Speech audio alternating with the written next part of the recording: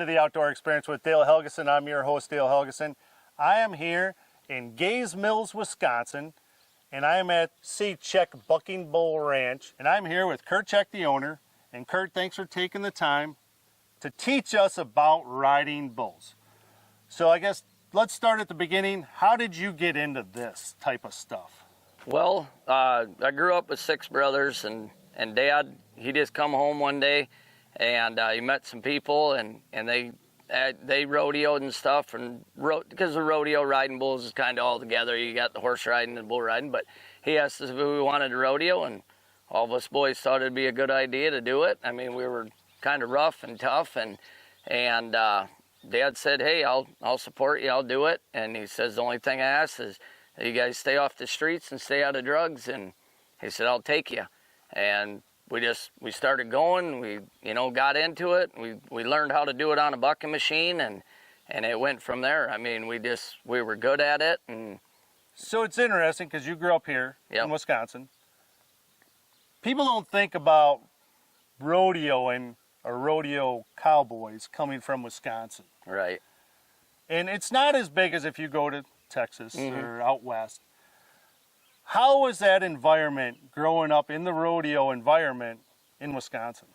At first, I mean, we didn't know a lot of people that did it, but as you got into it, there's a few other families, not completely local, but, you got to know and you got to hang out with, and, going to school was a little different. It wasn't popular then, but when we were in grade school, but by the time we got to high school, it was. So how far did you progress in the bull riding? Well, because there's different levels. Yeah. How far did you go? Yeah, so when it started out, I won the state championship in Little Britches of Wisconsin, and then we got into high school after that. I made the high school nationals 4 years in a row. I was state champion a couple times. We carried between me and 2 of my other brothers, we carried the title for 9 years consecutive through the Wisconsin State and the bull riding. And then hit that 15, 16-year-old age, still in high school, and started getting out and going to some bull ridings and stuff, and joined up with a couple associations, the BOA and then FPB. I ended up winning the BOA 3 times, year-end champion. I won the average twice. I won the federation average there. I won the year-end there. I won the rookie of the year in both associations. And I kind of set a bar to the most money ever won in associations in 1 year. And from there, I kind of rode in there until I was probably about 22, 23. And then I went into the PBRs and started traveling to them. Won some of the lower end challenger deals, they used to call them. And then from there, I went to the televised deals for a while. So you were very successful riding bulls. Yeah. I mean, other than a world champion. You've done well. So how did that bull riding succession lead to raising the riding bulls? Well, I've always had horses, even as kids, and we always coon hunted when we were kids, and had dogs, and I mean cattle, animals. That's what we have. That's why we got 400 of them here, and I just thought it'd be a good idea to buy some bulls, and then went from the bull deal. That wasn't, the complete ticket right away. So then I thought, I'm going to buy some cows. I'm going to start raising my own and try to be one of the top breeders, try to raise the best out there and raise a NFR bull or a PBR bull, and I guess that was just the passion and drive behind it. Is I wanted to, put my name on the map and raise bucking bulls. So how high have your bulls gone? I've had bulls that I've bought and raised. There's kind of a process, every animal I have not raised. Obviously, I buy my breeding bulls. Not every one of the animals have I raised, in that sense of it. But I've had 2 bulls make the world finals that I did purchase, and we're raising a lot of calves out of them right now, and the calves are looking like they can do the same thing their dads did. So let's talk about the bulls themselves. What makes a bucking bull?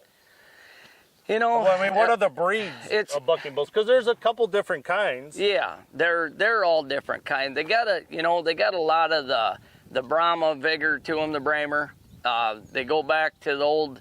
I mean, a rodeo bull and a cow is pretty much. I mean, they've been crossed into hundreds and hundreds of genetics. You know, but the athleticism comes from probably the Brahma end of it. You know, they're big and lanky. They can take the heat.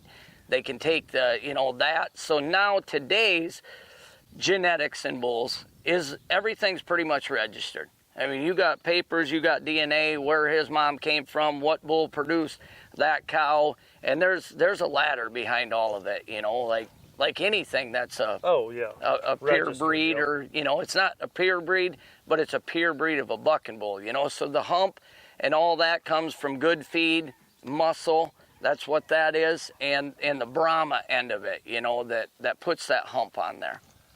So how do you know which ones are going to be good at bucking? Well, when I know you breed them, and then Yep. How do you test to see which ones are going to be good? We start them as yearling calves, and we got a mechanical box deal. It's got a soft pad underneath it. It weighs about 10 pounds. And it's got a horse cinch on it, just like if you're going to go ride a horse with a saddle. And you just cinch that up on them, and then you start them as yearlings. And we run a process where we run them through the chutes probably 5 or 6 times. We show them the arena, let them see the out gate. We get them kind of just bring them in because they're young and they don't know what's going on. The genetics are there, because we bred for this, this moment. And we just, handle them. Get them learning how to go through gates and stuff like that. And, we try to protect them as much as we can, because if they hurt themselves or they injure themselves or anything like that, well, then we're out. We're out that whole 2 years of breeding that animal. So we try to, handle them right, know how, keep your voices down, because they're a higher end animal. They're wild. I mean, my cows are wilder than my bulls are, because we're always handling the bulls. We're always taking them, putting them on a trailer, going to a bull ride. And they're exposed to that. But the cow end of it, they go to pasture for 6 months and have a baby and come home at the end of the year. They might only see humans a handful of times throughout the year. All right, we're going to stop right there for a second, and we're going to be right back after this with more from Curt Check, Bucking Bulls Ranch. Hello everybody, Dale Helgeson here with the Outdoor Experience TV show. Today I had a little free time, so I'm in my outdoor kitchen, and I'm going to teach you how to make a simple fire roasted salsa with these simple ingredients.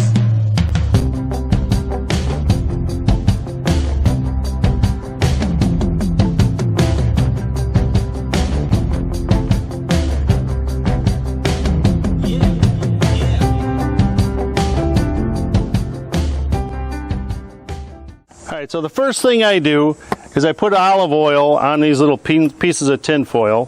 So you just sprinkle it out there, and this is just to help with the sticking. Then the next thing we're going to do is we're going to put our Roma tomatoes on. You just line them up in sweet bell peppers.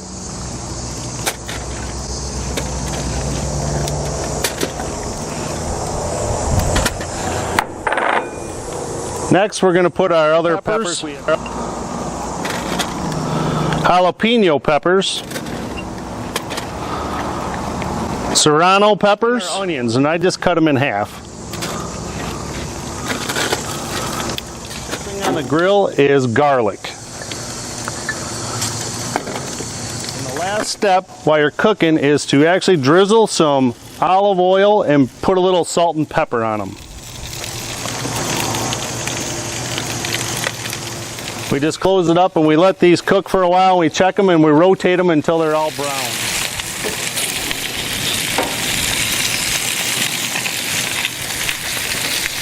Alright, so after we've let it cook for about 10 minutes, we just take it all and we put it in a bowl to let it cool down so we can put it into the food processor. Now that our veggies have cooled, we're going to start putting them in the food processor so we can chop them up.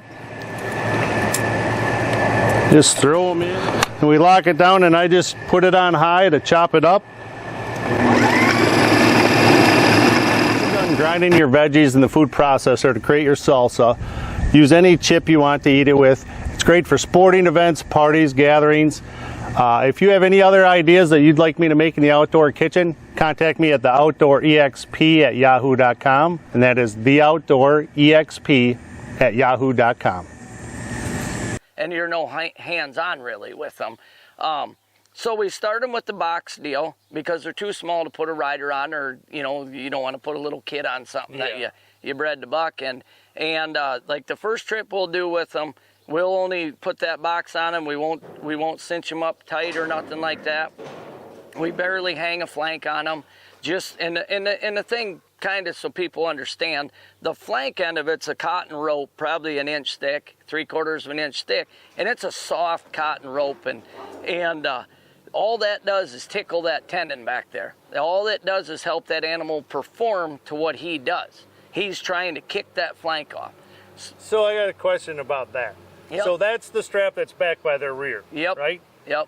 And there's always a misconception that that's wrapping around their testicles. Right. Heard it for years. And that's completely not true. No. And that is literally just there, and they want to get that off them, even though it's not hurting them. Or It's actually anything. in front of it, and it doesn't even touch them. It doesn't even touch their testicles. It's in front of them, in front of their testicles, and what it touches is the tendons in their leg muscles, up from their belly to their leg muscles. It's like a kind of a loop. If we go to a rodeo or a bull riding and that flank falls off, that bull, he might not perform. He just go kicking at his feet at the ground, and then he's just trying to get the rider off. He's not out there performing like he normally does. So all that does is just, it helps the performance of it. So it's interesting, people have another misconception that these bulls are just mean. Yeah.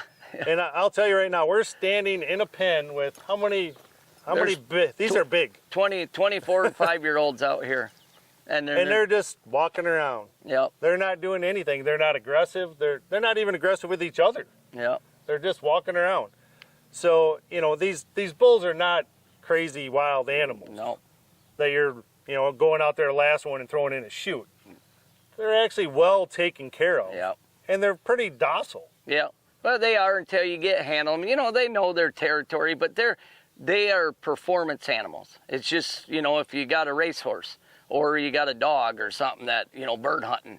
I mean, they're great at home laying on the couch and everything, but boy, you go to the river or the pond, they're ready. They know what's going on. And these animals are the same way. They're here because they buck. They're not bucking because they're at the rodeo. I mean, them ones, they don't make it. So as far as the cycle of a bucking bull for the rodeos, explain a little bit about basically the life cycle for a bull in a rodeo lifestyle. Yeah. So when does it start? We usually start them about getting close to their yearling year. We start with a little mechanical box deal. It's got a horse cinch on it. It just it's a weight. It's basically a rider. It's got a remote on it. It's got a soft pad underneath it so it doesn't hurt them or anything like that. And we start them with that to be able to see what our breeding bull produced or what the cow produced. Because, I could take you to the pasture and I'll point out the cows that I know are my best producing cows. Every year we get just a superstar out of that cow. And no matter what bull we really breed to, because we're always trying to breed to the genetics anyways. And so then they go from the yearling year with the box deal. Not all of them compete. Some of them take a little bit longer time to mature. And then you kind of go into the winter. You kind of get somewhat of a break through the winter. So that animal goes from a year-old to that coming 2-year-old. So now he starts maturing. They grow a lot in them years. So you're always on the feed. You're always trying to feed a good protein and a good energy base to get the performance, the growth out of them. And then we go back to the dummy deal with them as 2-year-olds. Kind of get tired of it, like it don't really affect them anymore and bother them, or they know they can't buck it off because it rides them for 4 seconds, and then we push the remote, hits the ground, the buzzer rings, it's all done. The flank pops off, the dummy comes off, and they just watch. Some of them they've been hauled, so they get really mellowed down. But then you got the other ones that they're the same way, but they just love it. They keep performing all the way through the 2-year-old year.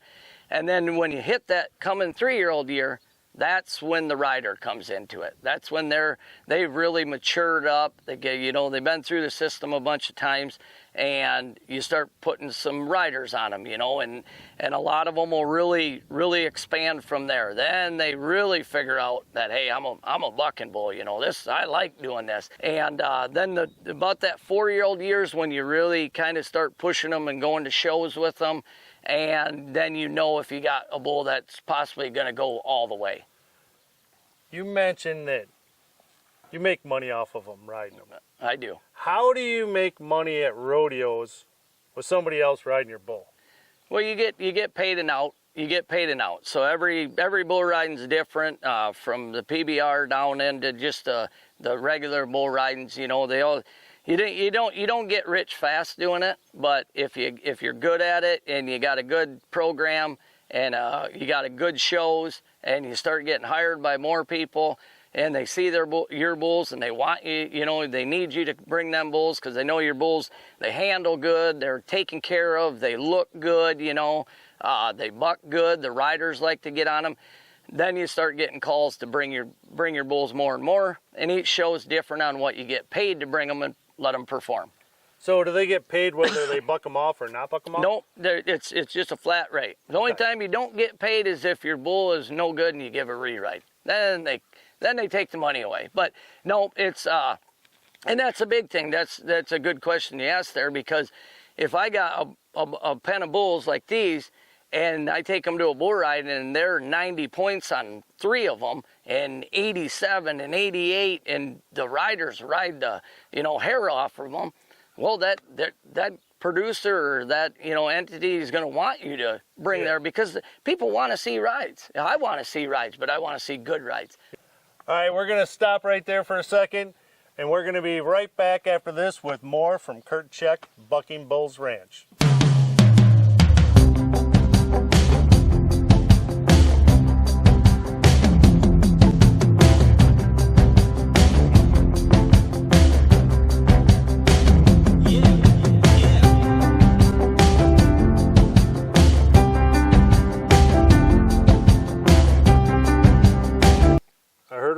You have one of your sons that's pretty good. Well, he's just one that's a little I don't know how to say it. He's a little special. He's always been that way. He's always been that kid that just sat there on the fence and listened. He never had to say anything. He would listen, and he picked up on about everything I've ever tried to teach him on how to be good and how to be great. And he just, with his mindset, it's all about mind and bull riding, where you're at and your confidence level. And, we just got back from the national finals, junior high rodeo, and he was 3rd in the world there. He was the highest marked ride in the go-around. We went to a couple world finals last year in Texas and Oklahoma, and he won both world titles back-to-back at 13 years old. So where do you take these bulls? We go all over. I've been to the top, to the PBRs with them. I've been to Las Vegas with a couple bulls. I've been to Madison Square Garden, but a lot of them is just for competing wise. We go and do a lot of competition. Hey, welcome into the Outdoor Experience. This is your host Dale Helgeson, and I am in Darlington, Wisconsin. We are here for some pro bull riding today, so stay tuned, and we're gonna have a great time watching these pro bull riders, see if they can break some of these bulls down.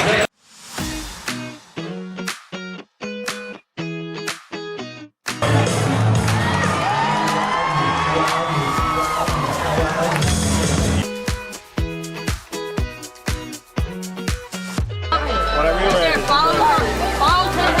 fun.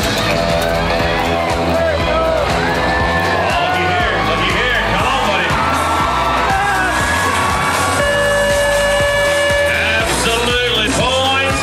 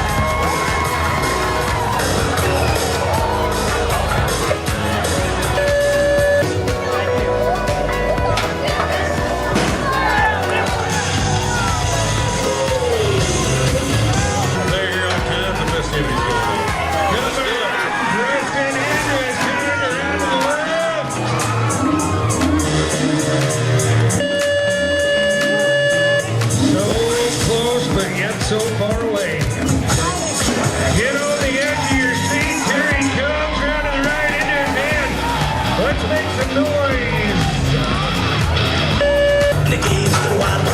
Come around, John. Keep your feet down. Make the big move. No. Shut up and came to me and she said, I'm running behind her. I've got some packages delivered to the rodeo. You do them for me and I can get home and feed my children. So she trusted you.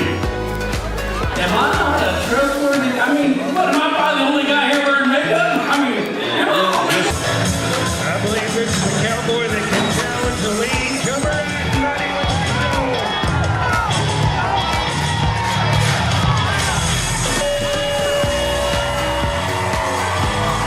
Hands together for Caleb Buckwalter.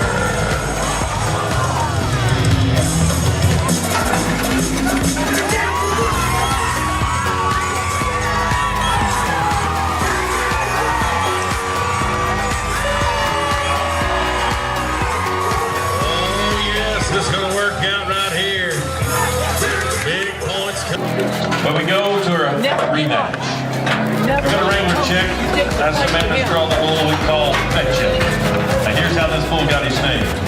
Earlier this year, he said, you know what, Dad? I'll bet you $500 I can ride this bull. So far, the bull has been rode 3 times. All 3 times I ring with Check. The last time he was aboard this animal, it was 90.5 points. Tonight, it's anybody's game. But if he can get to the whistle, that 90 points is going to be right in the number 1 spot. Let's see what we can get done. Stay down. Keep your eyes on it. Right. Deep breath. Breathe. Right.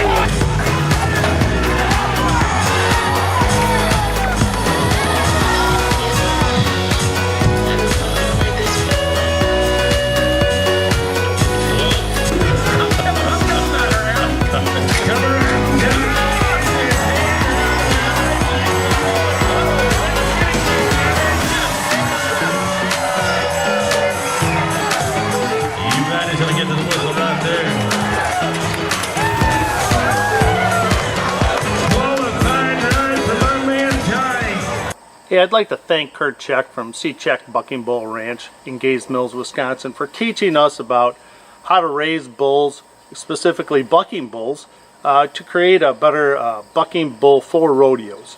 And I'd like to thank him for the invite to the Darlington Pro Bull Riding event. What a great event. I hope everyone enjoyed it. And make sure to take someone with you when you go in the outdoors to create your own outdoor experiences. And thanks for watching. The Outdoor Experience with Dale Helgeson is sponsored by Ionic Lithium Batteries. Get the battery of tomorrow today.